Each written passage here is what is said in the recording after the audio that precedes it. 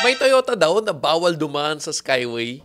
Gumawa ako ng 10 things na malamang hindi mo alam tungkol sa bagong generation Toyota Tamaraw sa YouTube.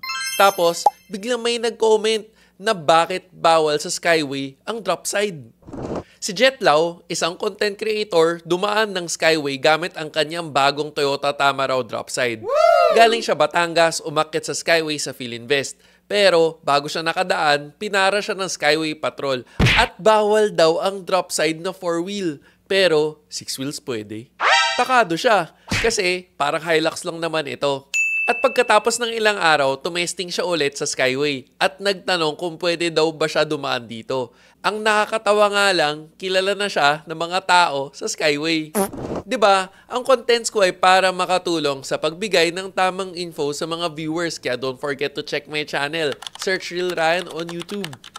Naglabas ng clarification tungkol dito ang General Manager ng SMC Southern Tollways. Ito rin yung namamahala ng Skyway. Na misunderstanding lang daw ito. Bagong release ang Toyota Tamaraw at hindi pa updated ang mga tao. Definitely, hindi banned ang Toyota Tamaraw na drop side sa Skyway. At paalala lang rin nila na kailangan ng cover o tamang pagkatali kung may dala sa likod.